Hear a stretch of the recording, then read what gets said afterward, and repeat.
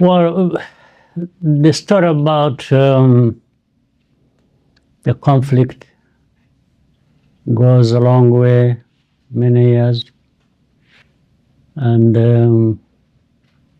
we have never had anything like this where there is focus, there is attention to this level, where the two leaders of the two countries, Rwanda and DRC, have come to meet with the President of the United States, who has paid attention to this problem.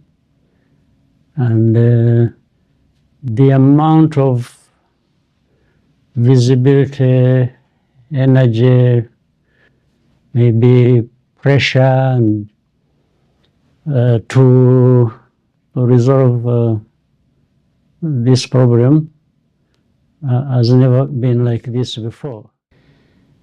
President Trump found time and got interested and invited us and other leaders who will be witnessing this and who have been involved in the processes before. I think one can give credit for that. Being connected with the problems of Africa, then putting that in the general framework of what we know is the global order, or what we have known for quite some time, then theories about all kinds of things, democracy, freedom, this and human rights, and so on and so forth. But for many years, we have seen that these have remained just stories and theories, but in practice, you don't see that translate into improvements of many countries or people's lives, say, on our continent.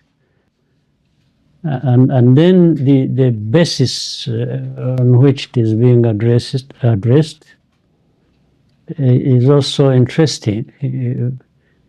It really touches elements that are fundamental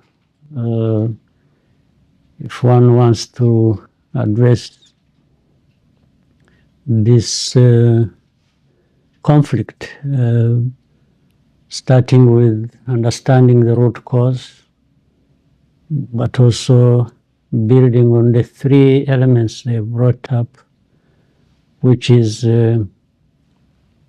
political, security, economic. I think it captures everything, at least in terms of the theory. What remains is the practice or the implementation part of it. That's where always the complications arise from. So I don't want to go too much into this because I understand also that the main responsibility is with us. We must be the ones there to make whatever opportunity available work for us, or even absence of opportunity. Still, we've got to find a way of doing what is meaningful to us.